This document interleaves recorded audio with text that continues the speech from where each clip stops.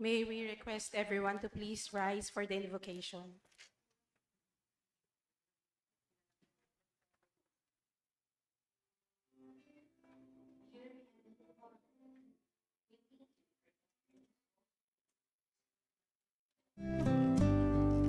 We ask that you bestow your guidance and blessing upon each attendee.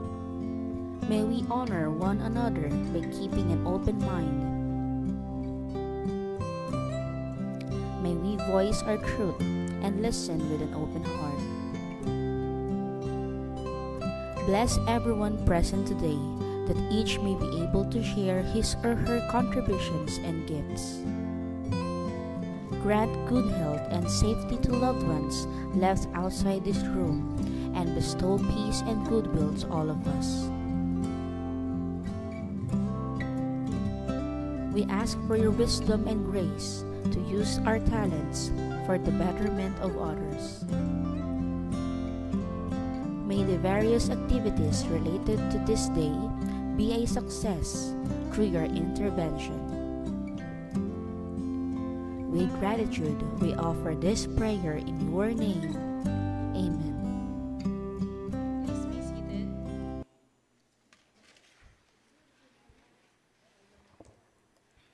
The presiding officer, the back chairperson, Engineer Neil L. Macaray. Good morning, everyone. This meeting is now called to order. Back Secretariat, kindly confirm if we have a quorum. Yes, Mr. Chair, with 7 back members in attendance, the back secretariat confirms the presence of a quorum.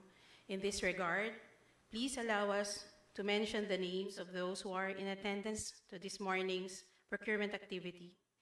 In attendance are the back members, Ms. Letelin C. Samosa, good morning, ma'am. Engineer Benedict J. Sagun, Ms. Sofia M. Batilaran, Attorney Cathy May T. L. Nas, and the end user, Ms. Zaira Jane L. Carrion, the back vice chairperson, Engineer Benedicto M. Cabral, Morning. and the back chairperson, Engineer Neil L. Macaraeg. For the members of the technical working group, in attendance, Mr. Chair, are Mr. Andrew G. Panganiban, Mr. Paul Clen Erico B. Tampok, Mr. Adrian Patrick G. Andal, Ms. Aprilyn O. Burgos, Ms. Jaya Piches L. Galvan, the TWG Assistant Head, Ms. Rochelle Ann B. Palapal, and the TWG Head, Ms. Alfie Delia S. Perlado, and the back secretariat. Mr. Chair, would also like to acknowledge the presence of the prospective bidders from Western Visayas Printing Corp, represented by Mr. Wilfredo Ong. From Tesoros Printing Press, represented by Mr. Noel Tamayo. From Island Print Inc., Mr. Fernan Bobis. From Nova Business Systems Inc., represented by Ms. Leia Mangalindan. And from Chroma Printing Services Inc., represented by Ms. Annalisa D. Alvarez. That is all, Mr. Chair. Thank you, Back Secretariat. With a quorum duly established, we now then proceed to the order of business. Back Secretariat, kindly state the order of business. For the order of business, Mr. Chair,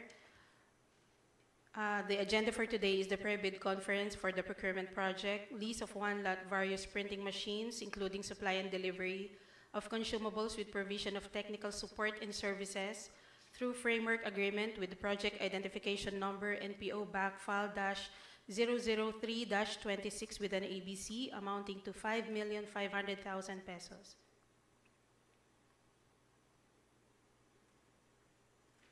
May we request that the general rules be presented?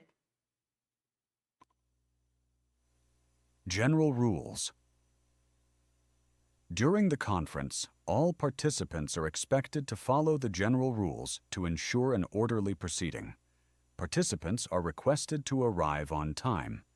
Bidders' authorized representatives who are physically present at the venue shall register and sign the official attendance sheet, while those participating through online platforms must indicate in the chat box their company name, company address, authorized representatives, email, and contact numbers. Proper meeting decorum must be observed at all times. Participants are required to keep their mobile phones on silent mode, observe courtesy and professionalism, and raise their hand if they wish to speak, waiting to be recognized by the presiding officer before doing so. All questions should be relevant to the subject matter being discussed, and unauthorized recording of the proceedings is strictly prohibited. Failure to comply with these rules may result in consequences, including a warning for minor violations or removal from the conference in cases of serious or repeated violations.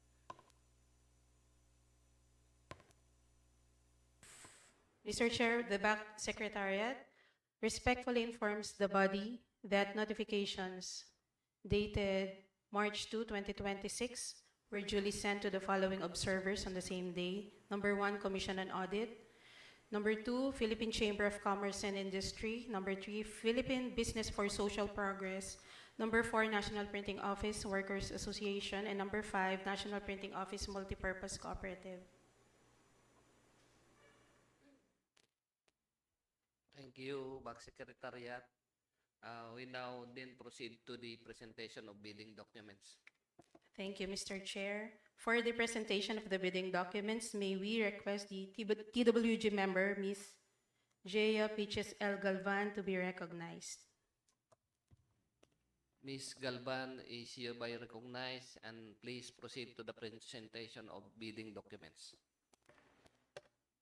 Thank you, Mr. Chair. Good day, everyone. I am Jaya Pichasal Galban, TWG member, the presenter of the bidding document for the procurement project, list of one-lot various printing machines, including supply and delivery of consumables with provision of the technical support and services through framework agreement with identification number NPO-BAC-FAL-003-26 with an ABC amounting to 5.5 million pesos. Section 1, Invitation to Bid.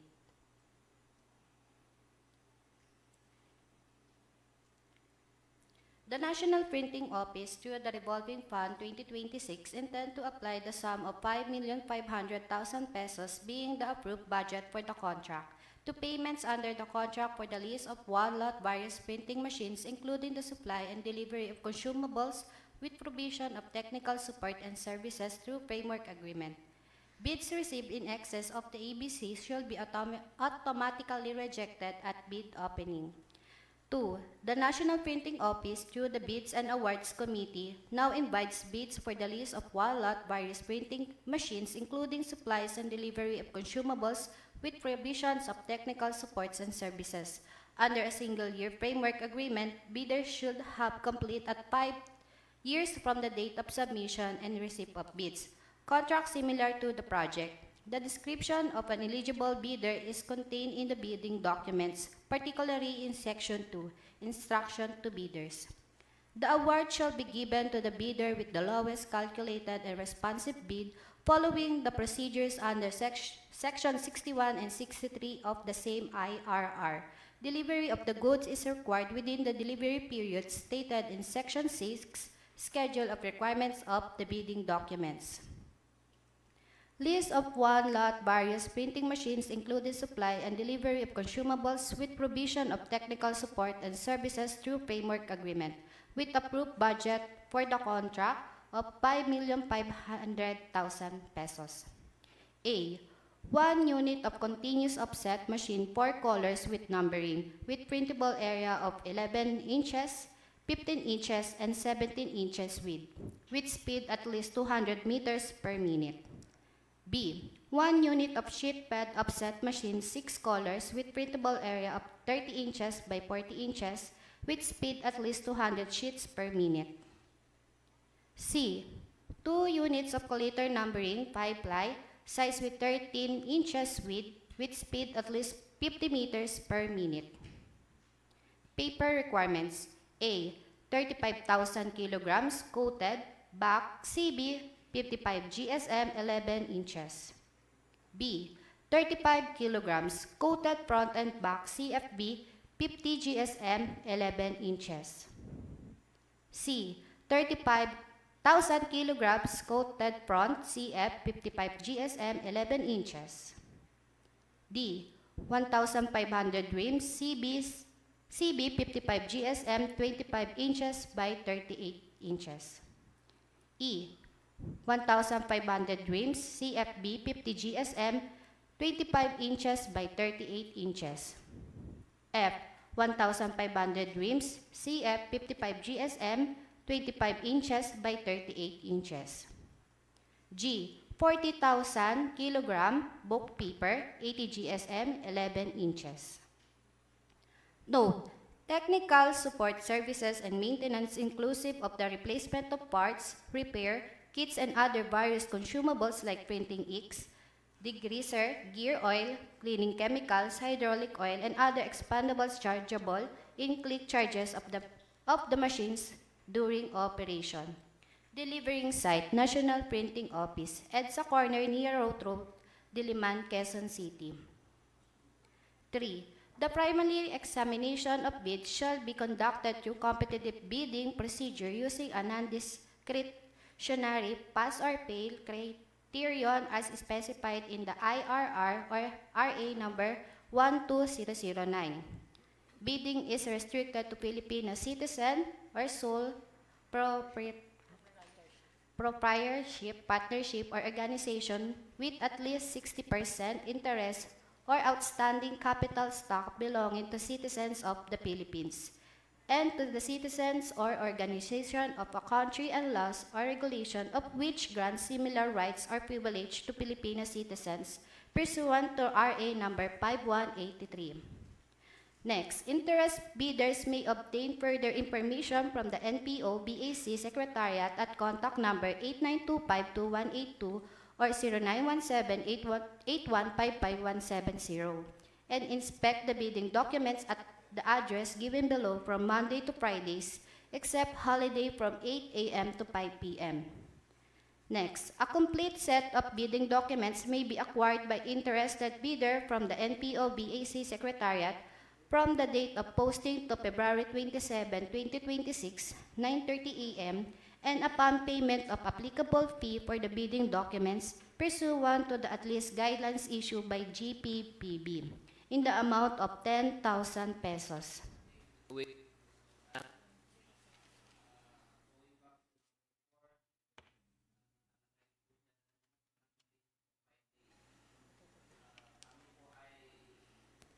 wala nang pasok ngayon ng Friday. Kung press work week po na po kami. So, Monday to Thursday lang po yan. At isasama po yan sa bid bulletin. Thank you. Please take note, Back Secretariat. Thank you, Mr. Chair. Bidding documents may also be downloaded free of charge from the website of the Philippine Government Electronic Procurement System or PhilGEPS and or the website of NPO, provided the bidders shall pay the applicable fee for the bidding documents not later than the submission of the bids.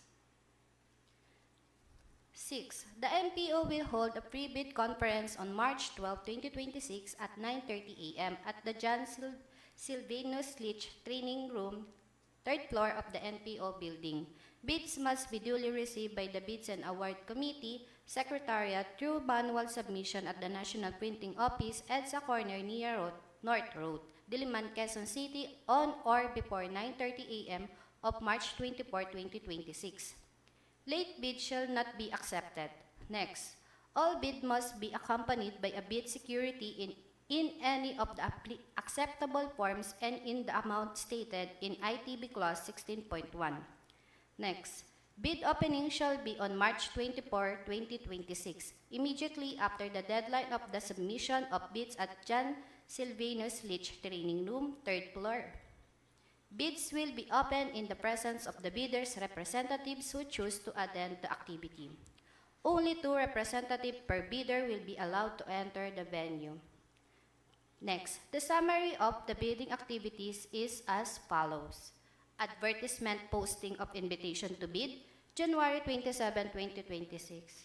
February 26, 27, 2026. Issuance and availability of bids documents, February 28, 2026. Pre-bid conference, March 12, 2026 at 9:30 a.m. Last day of submission of written clarification, March 14, 2026. Last day of issuance of bid bulletin, March 17, 2026. Deadline of submission and receipt of bids, March 24, 2026 at 9:30 a.m. Opening of bids immediately after the deadline for the submission of bids and bid evaluation within 1 to 2 days after the opening of bids. The NPO reserves the right to reject any and all bids, declare a failure of bidding, or not award the contract at any time prior to the contract award in accordance with Section 70 of RA number 12009, without incurring any liability to the affected bidder or bidders.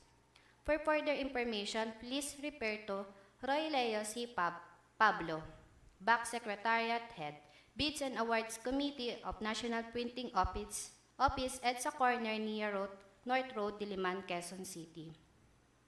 Contact number 892-52182 or 0917-8155-170 with email of backsecretariat@npo.gov.ph. You may visit the following website. For the downloading of bidders' documents, for the bidding documents,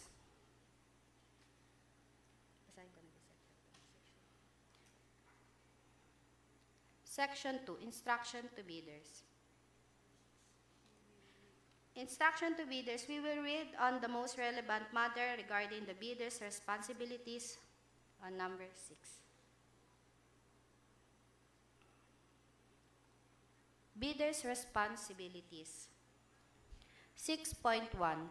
The bidder or its duly authorized representative shall submit an omnibus sworn statement in the form prescribed in Section 8, Philippine Bidding Document Related Forms as required in ITB Clause 12.1.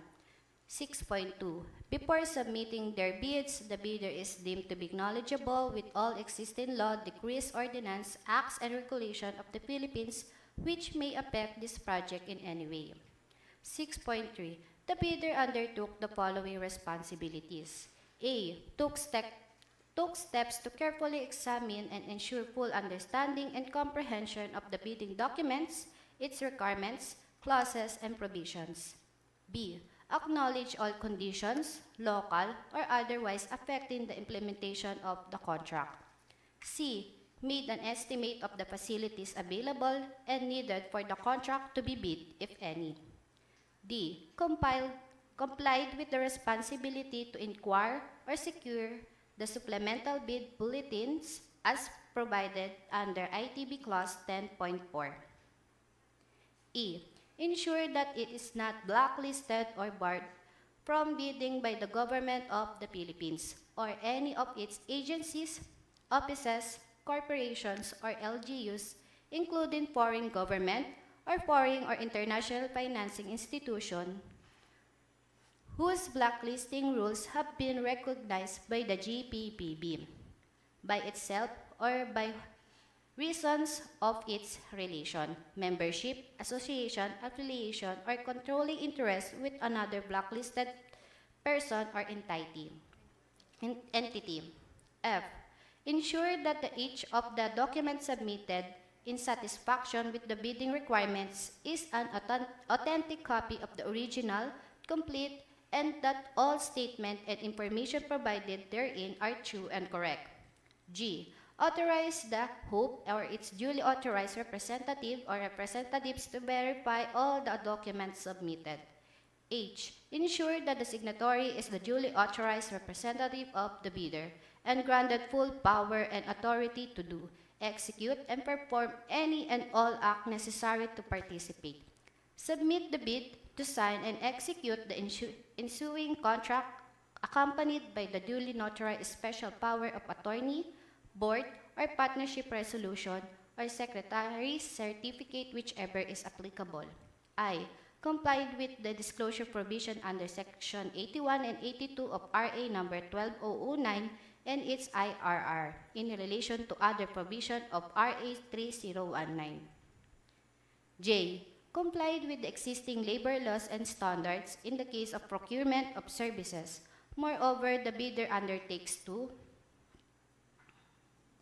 I. Ensure the entitlement of workers to wages, hours of work, safety and health, and other prevailing condition of work as established by national law, rules and regulations, or collective bargaining agreement, or arbitration award if and when applicable. In case there is a finding by the procuring entity or the Department of Labor and Employment of underpayment or non-payment of workers' wages and wage-related benefits, the bidder agrees that the performance security or portion of the contract amount shall be withheld in favor of the complaining worker pursuant to an appropriate provision of RA number 12009, without prejudice of the constitution of appropriate action under the Labor Code as amended and other social legislation. 2. Comply with occupational safety and health standard and correct deficiencies if any.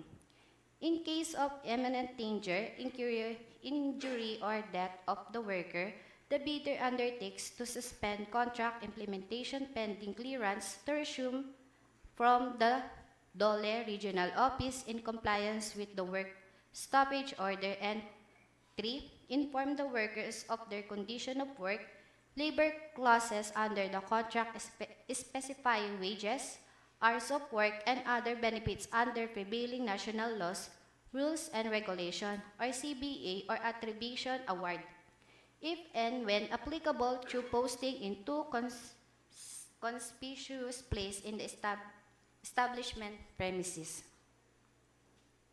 K. Ensure that it did not give or pay directly or indirectly any submission amount P or commission amount P or any form of consideration, pecuniary or otherwise, to any person or official, personnel, or representative of the government in relation to any procurement project or activity. Examine all instruction, forms, terms, and specification in the bidding documents.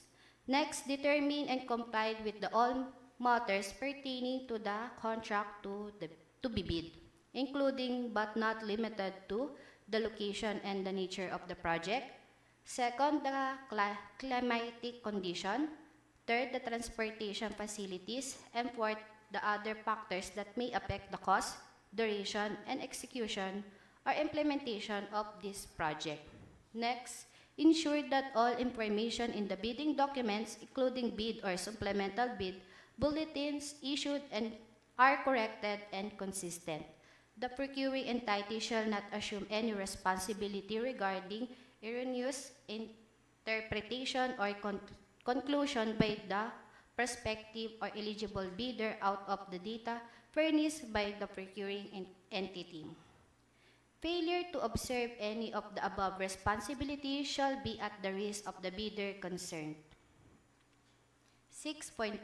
Further, the bidder shall bear all the costs associated with the preparation and submission of its bid, and the procuring entity shall in no case be responsible or liable for those costs, regardless of the conduct or outcome of the bidding process.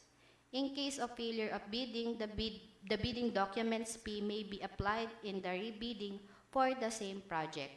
6.5. Furthermore, the bidder should be aware that the procuring entity will accept bids only from those that have paid the applicable fee for the bidding documents at the office indicated in the invitation to bid.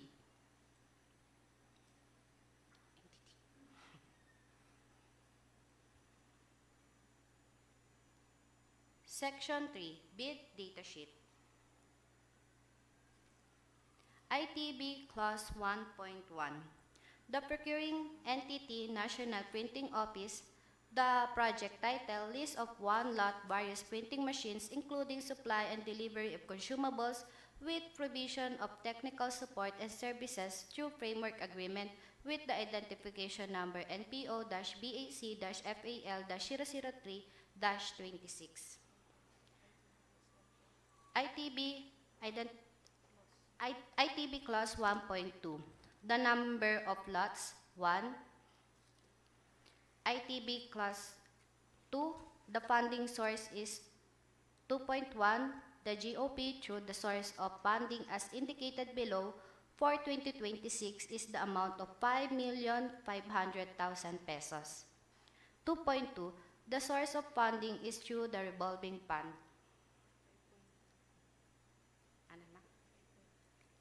ITB Clause 5.2. Foreign bidders except those falling under ITB Clause 5.2 may not participate in this project. ITB Clause 5.4. The bidder's SLCC similar to the contract to the bid should have been completed within 5 years prior to the deadline for the submission and receipt of bids. 5.5. For the purpose of similar contract, it shall be defined as 1. The bidder must have completed within a period of 5 years from the submission of the bid an SLCC that is similar to the procurement project to be bid and whose value adjusted to current prices using the Philippine Statistic Authority consumer price indices. Bidders must represent a combination of contracts completed within the same period provided their total value is at least 50% of the ABC. Thus, the bidder should have completed at least one similar contract amounting to at least 25% of the ABC, and B, the bidder should have completed other contracts whether similar or not with aggregate amount of at least 25% of the ABC. 2. Classified as similar contract, list of printing machine or security printing services.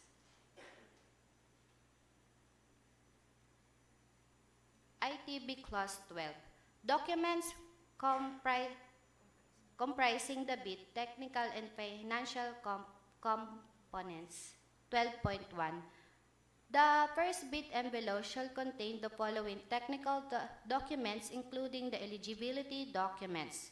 A. Valid and updated PhilJEP certification of registration, platinum membership, including Annex A of the PhilJEP registration. B. Original and duly signed statement of the bidder's single largest completed contract similar to the procurement project to be bid, as provided in the bid data sheet, ITB Clause 5.5 of the bidding documents. Okay, wait lang, Ms. Galban. Yes. For letter B, you need to attach any of the following. Ano po ito? Compulsory. Any of the following. Official receipt or sales invoice or certificate of acceptance with satisfactory rating. A bid bulletin will be provided for this requirement. Please take note of that, Back Secretariat. Continue. Thank you, Mr. Chair. The bidder's original and duly signed computation of the net financial contracting capacity must be at least equal to the ABC to be bid or committed line of credit from a universal or commercial bank in lieu of its NFCC computation must be at least equal to 10% of the ABC to be bid. D. The bidder's original and duly signed statement of all its ongoing government and private contracts, including contracts awarded but not yet started, if any, whether similar or not similar in nature and complexity to the contract to be bid. E. Duly signed joint venture agreement in case the joint venture is already in existence or duly notarized statement from all potential JV partners stating that they will enter into abide by the provision of the JVA in the event that the bid is successful. F. If applicable, original copy of bid security in the prescribed form, amount in accordance with ITB Clause 16 and validity period under ITB Clause 15. If in the form of a surety bond, submit also a certification issued by the Insurance Commission, or if applicable, original copy of duly notarized bid securing declaration. G. Conformity with the technical specification under Section 6 and 7 of the bidding documents and supplemental bid bulletin, if any, which may include production or delivery schedule, manpower requirements, and or after-sales parts if applicable. H. Original duly signed and notarized omnibus sworn statement in accordance with Section 54.3 of RA 12009, and if applicable, original notarized secretary certificate in case of a corporation, partnership, or cooperative, or original special power of attorney of all member of the joint venture, giving full power and authority to its officer to sign the OSS and do acts to represent the bidder. I. For foreign bidders claiming eligibility by reason of their country's extension of reciprocal rights to Filipinos, a certificate from the relevant government office of their country stating the Filipinos are allowed to participate in their government procurement activities for the same item or product. 12.2. The second bid envelope shall contain the following financial documents. J. Original of duly signed and accomplished financial bid form with proper reference, project ID number, and bid bulletin number, if any. Each page shall be signed or initialed. K. Original of duly signed and accomplished price schedule in accordance with ITB Clause 13.1. Each page shall be signed or initialed. I. If applicable, certificate of domestic preference in accordance with ITB Clause 25. Note. Notarized document as stipulate in herein checklist must bear the complete details of the notary public as follow. A. Number of notary public. B. Name of notary public. B. Office address and regular place of work business. C. Validity of notarial commission. D. IBPOR number. E. Roll number. F. PTR number. G. At least MCLE compliance 8 or as applicable. 12.4. The ABC is 5,500,000. Any bid with financial component exceeding the amount shall not be accepted. 15.1. Bids will be valid for 120 calendar days from bid opening. 16.1. The bid security shall be in the form of the bid securing declaration or any of the following.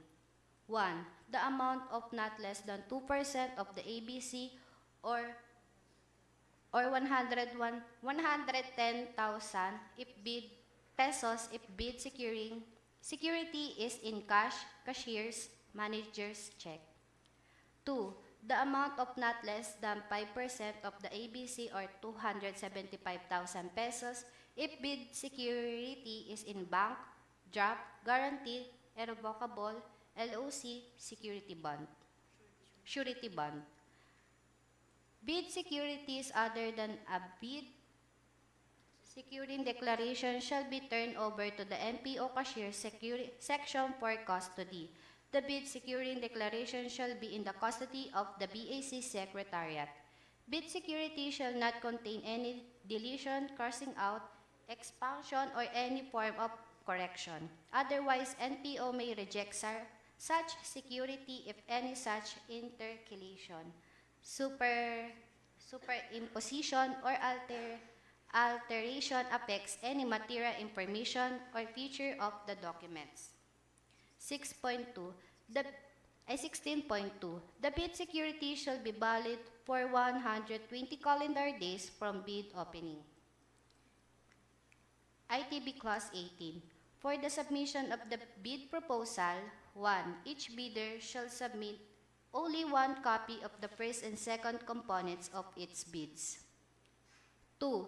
Bidder shall enclose their technical documents described in ITB Clause 12 in one sealed envelope marked technical component and the financial component in another sealed envelope marked financial component. Both envelopes shall be enclosed in one single outer or mother envelopes marked bid, properly labeled, sealed, and signed by the bidder or its authorized representative. The markings on all envelopes shall 2.1. Contain the name of the contract to be bid in capital letters. 2.2. Bear the name and address of the bidder in capital letters. 2.3. Be addressed to the procuring entity, BAC, in accordance with ITB Clause 1.5. 2.4. Bear. Bear the specification identification of this bidding process indicated in the ITB Clause 1.1 and bear a warning do not open before. The date and time for the opening of bids in accordance with ITB Clause 19. To facilitate the receipt and classification of bid envelopes, outer or mother envelope shall be in color red. The inner envelope containing technical proposal shall be blue. The inner envelope containing financial proposal shall be green, and the post-qualification document shall be brown.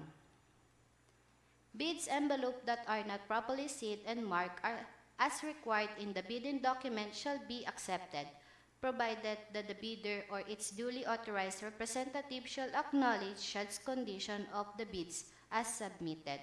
The BAC shall assume no responsibility for misplaced or lost contents of the improperly sealed or marked bid, or for its premature opening. On the other hand, unsealed and or unmarked bids envelopes or bids that cannot be opened or corrupted in case of online submission shall be rejected. Note: notarized document, as indicated stipulated in herein checklist, must bear the complete details of the notary public as follow. A. Name of notary public. B. Office address and regular place of work or business. C. Validity of notarial commission. D. IBPOR number. E. Roll number. F. PTR number. G. At least MCLE compliance 8 or as applicable. Any supplemental bid bulletin issued by the BAC shall also be posted in the PhilJeps in any conspicuous place in the premises of the procuring entity and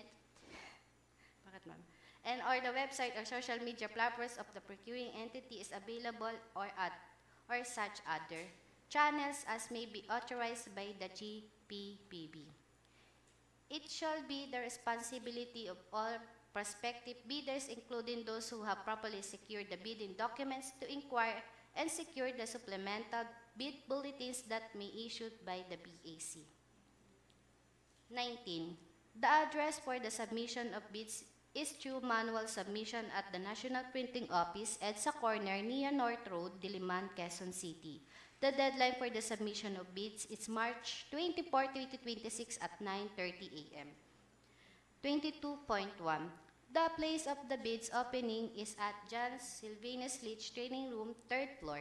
The date and the time of the bid opening is immediately after the deadline of the submission of bids. Clarify ko lang po, Ma'am Lieutenant is recognized. March 24 po ba? 23.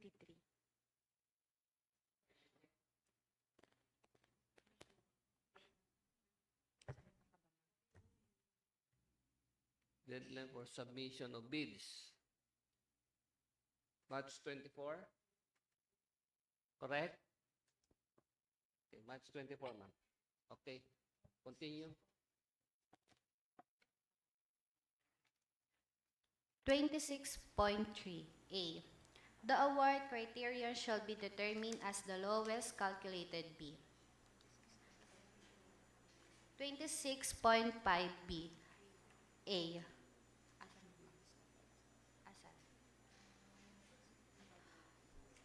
26.5A. Partial bid is not allowed. The goods are grouped in a single lot, and the lot shall not be divided into sublots for the purpose of bidding, evaluation, and contract award. 26.5A. B. Arithmetical correction is allowed. 27.1. Post-qualification documents may be submitted during the bidding, but this does not disqualify bidders who will not submit post-qualification documents during bid submission. Within a non-extendable period of 5 calendar days from receipt by the bidder of the notice from the BAC that is submitted the lowest calculated bid, single calculated bid, said bidder shall submit the following post-qualification documents. 1. When applicable, copies of contract, purchase order, notice to proceed, notice of award, letter of extension duly signed by the same individual whose name and signature appears on the original contract, or his/her authorized representative, but with a corresponding letter of authority designating the sanctioned endorsed signatory of projects stated in the statement of all ongoing projects, including those awarded but not yet started. Valid SEC registration or DTI registration, bylaws as applicable. 4. Articles of Incorporation, amended Articles of Incorporation as applicable.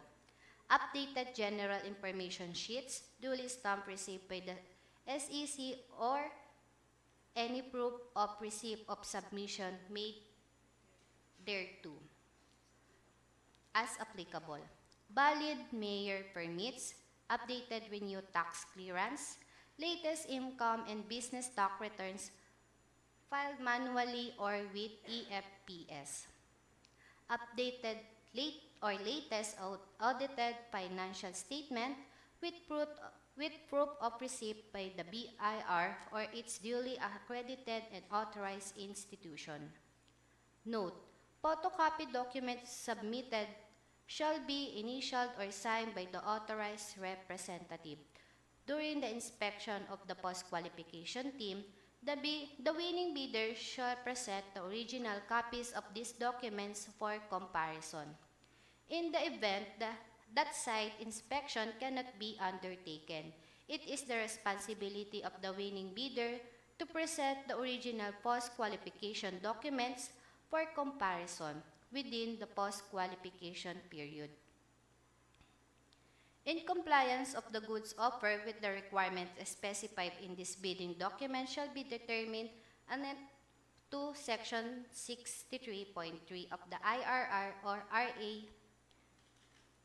The BAC shall verify and validate the veracity, authenticity, and validity of all eligibility documents supporting the BILJEP's certification of legislation platinum members, and all the other statements made and documents submitted by the bidder with the LCB using non-discretionary criteria, as stated in the bidding documents. These criteria shall consider but shall not be limited to the following. A. Legal requirements. To verify, validate, and ascertain licenses, certificates, permits, and agreements submitted by the bidders, and the fact that is not included in any blacklist as provided in Section 54 of its IRR. For this purpose, the GPBB shall maintain a portal which contains the consolidated file of all blacklisted suppliers, contractors, and consultants. Wait, ma'am, Ms. Galban. I-akyat nga po natin. Kumplituhin po natin yung RA 12009. Paki-take note po, Back Secretariat, kasama po sa bid bulletin. Thank you. Continue. Thank you, Mr. Chair. B. Technical requirements. To verify and validate the bidder's stated compliance with the requirements specified in the bidding documents. C. Financial requirements. To verify and validate the bid price proposal of the bidder and, whenever applicable, the required committed line of credit in the amount specified and over the period stipulated in the bidding documents or the bidder's NFCC to ensure that the bidders can sustain the operating cash flow of the transaction. 31.3. The performance security shall be in the form of a performance securing declaration as an option if under a framework agreement, arrangement, or any of the following. 1. The amount of not less than 5% of the total price, contract price, if any performance security is in guarantee. 2. The amount of not less than 5% of the total contract price, if performance security is irrevocable, LOC, or the amount of not less than 30% of the total contract price, if performance security is surety bond.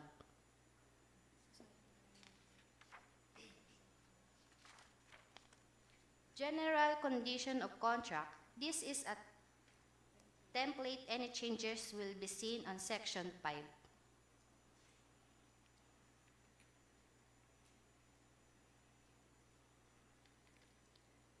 Section 5. Special conditions of contract. GCC Clause 1A. The procuring entity is National Printing Office. 1C. The funding source is 2.1. The GOP through the source of funding is as indicated below for 2026 in the amount of 5,500,000 pesos. 2.2. The source of funding is through the revolving fund. 1D. The project site is National Printing Office, EDSA Corner, Nia North Road, Diliman, Quezon City.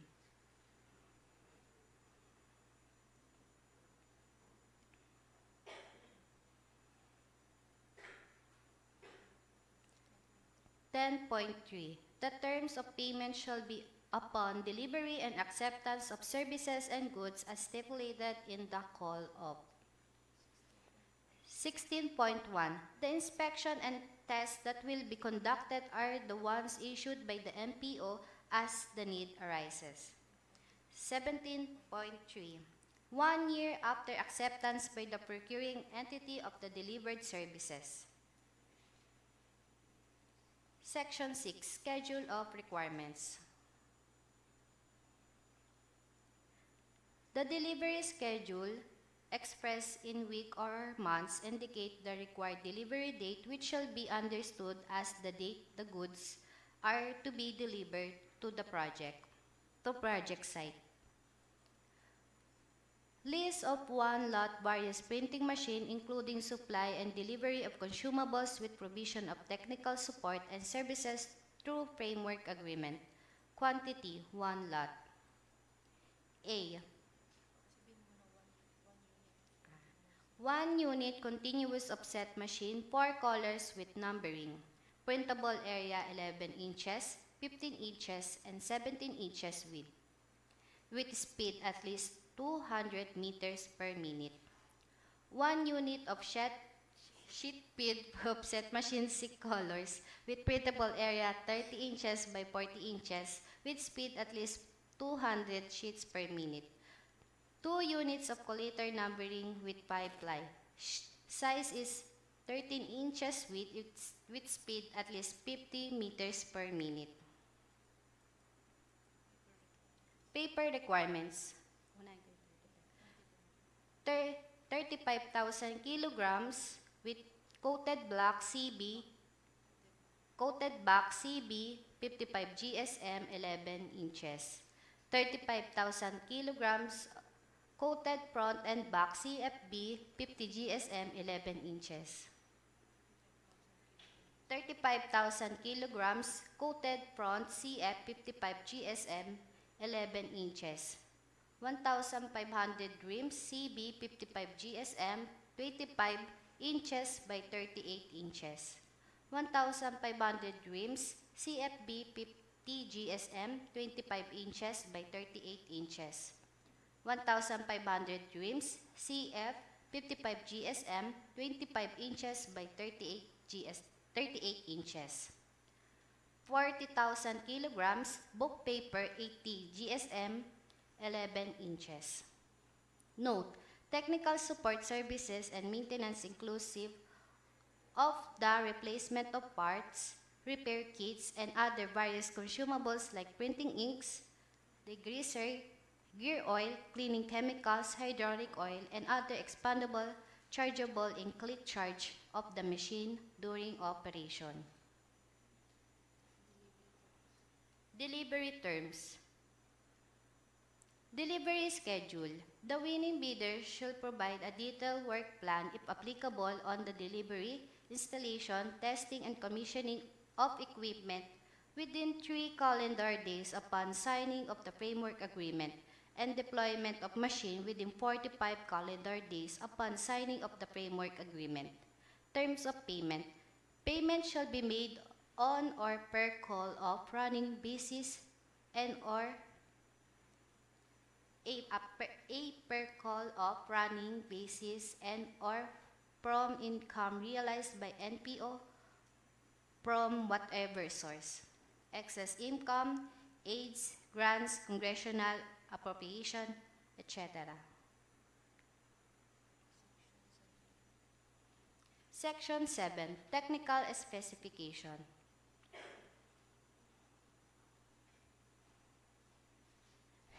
Bidders must state comply or not comply for each specification and provide the corresponding performance parameters for offered equipment. Each response must be supported by a clear documentary support in the bid and properly cross-referenced. Acceptable evidence include unaltered manufacturer sales brochures, official specification sheets, product samples, independent test results, and similar documents. Claims should be backed by documentary support. If the evidence contradicts the claim, the bid may be rejected. Any false statement, whether in the compliance form or supporting documents found during the evaluation, post-qualification, or contract implementation may be considered fraudulent in accordance with the ITB Clause 3.1a and 2, and without prejudice to the imposition of appropriate administrative, civil, and criminal penalty in accordance with law.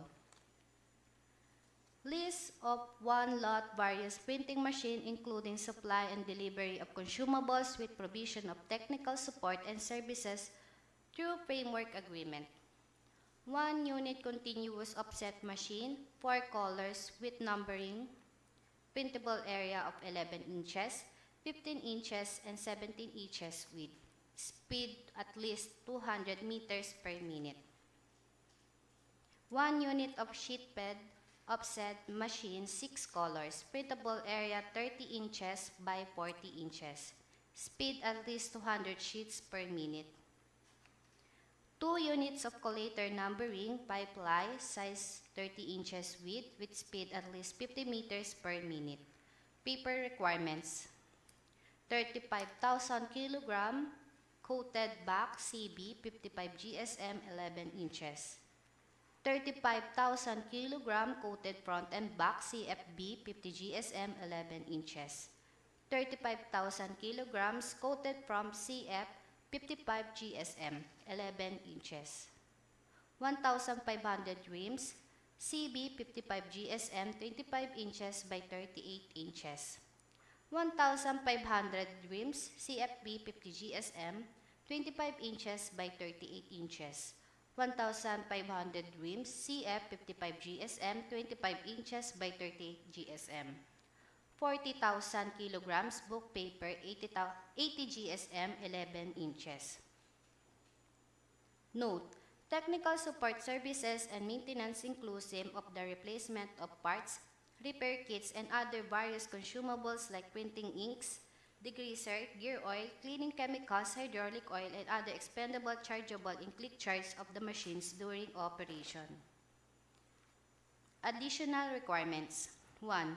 The winner bidder shall submit duly notarized affidavit of the following: proof of ownership of the right to use the machines, equipment, peripherals under Section 6.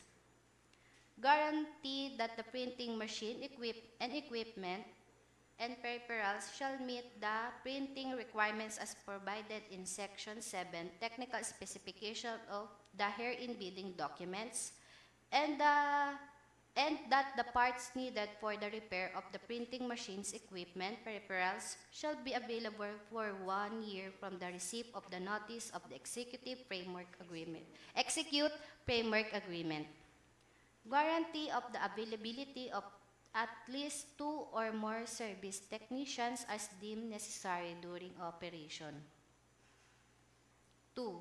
Service technicians shall perform or conduct the needed preventive maintenance on a monthly basis to ensure continuity of operation and to prevent the breakdown of the leased machines, equipment, peripherals, as well as the necessary repairs as the need arises.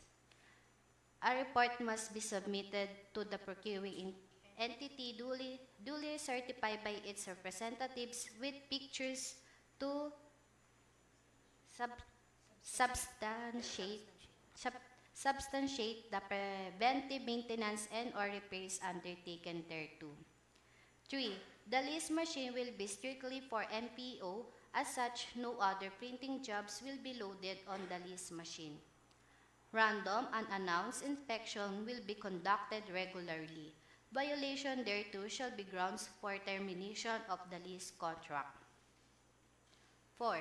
The winning bidder shall insure all the leased machines, equipments, peripherals, and related materials with the reputable insurance company for the duration of the term of the lease to recompense or compensate the NPO for any probable damage as a result of fire, earthquake, floods, civil disturbance, theft, and vandalism. Failure to obtain such insurance shall render the bidder liable of any loss or damage resulting therefrom, and shall thereby indemnify NPO for any and all loss or damage it may incur as a result of such failure to obtain insurance. The bidder shall provide a certification as proof of its compliance to the above-mentioned condition or requirement. The replacement of spare parts shall be for the amount of the account of the winning bidder. 6. In the event of the deficiency and or shortage of consumables or paper, suppliers, materials, units, bottles of ink, and the like, as indicated in the bidding documents, the supplementary requirement necessary for the completion of project shall be provided by the winning bidder at no additional cost to NPO. 7. Upon the completion of a job or project and or termination expiration of a contract, whichever comes first, a supplier or lessor shall return and or turn over to NPO all materials and or consumable related to the production, ink, used plates, flats, and the like.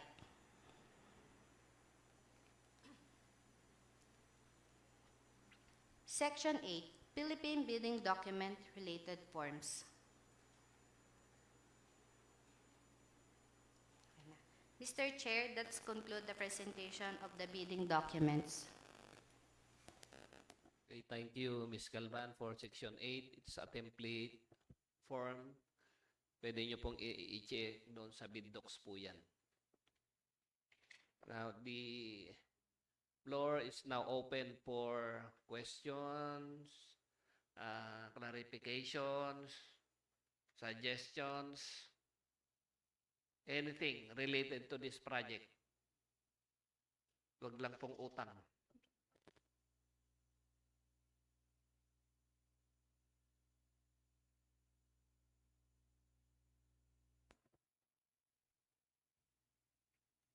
Silence means none. Walang question. Is it right? Sir? Boss? Madam? Okay. Sige, Sir Mr. Paul Tampo. You are recognized.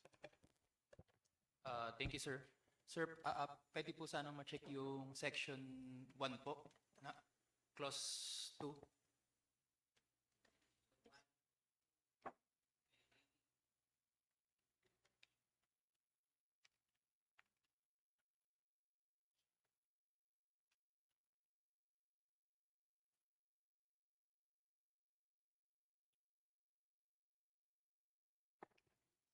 Yung yan po, yung at 5-10 years, yung for clarification lang po.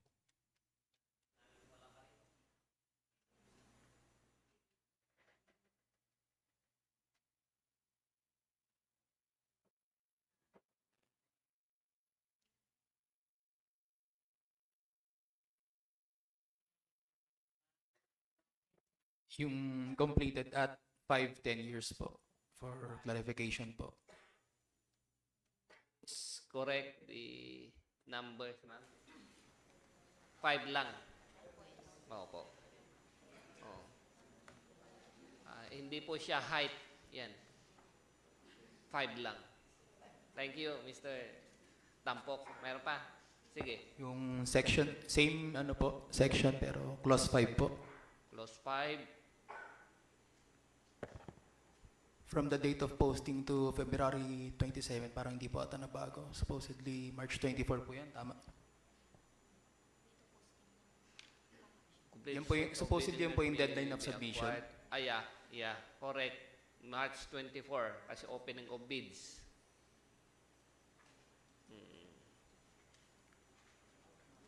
Para na bids from the secret from the date of posting to, tama. March 24, which is the opening of bids. Yun po ang tama. Thank you, Mr. Tampok. Thank you, sir. Correct. Please include in the bid bulletin back secretariat. Okay. Any more? Hearing none. Thank you very much. The National Printing Office, back Bids and Award Committee, extend our appreciation for attending this pre-bid conference this morning.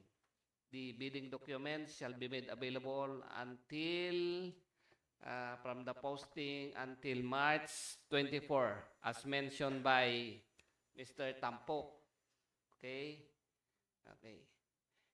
If you wish to inquire after this meeting, you may go directly to the back secretariat for proper assistance and any related matters for this project.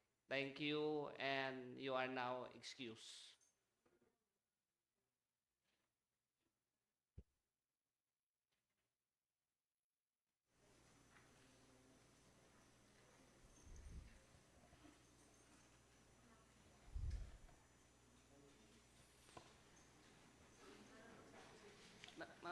Ma'am Jocelyn, wait.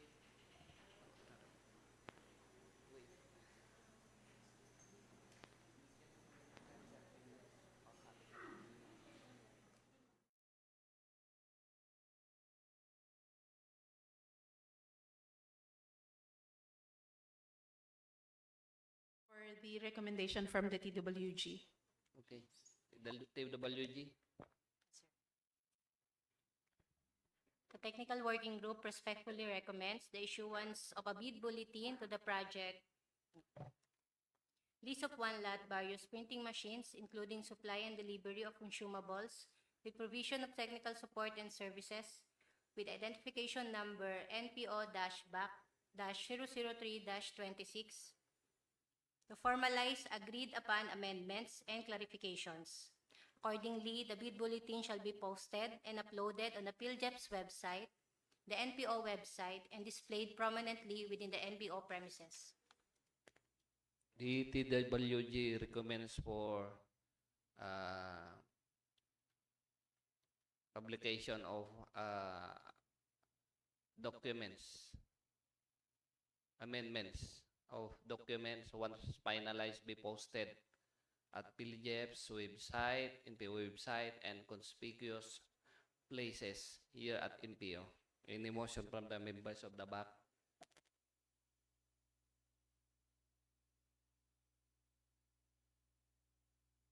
I move to adopt the recommendation, Mr. Chair. Any objection? Hearing none, the recommendation is adopted. Please take note of the recommendation, BAC Secretariat. Noted, Mr. Chair.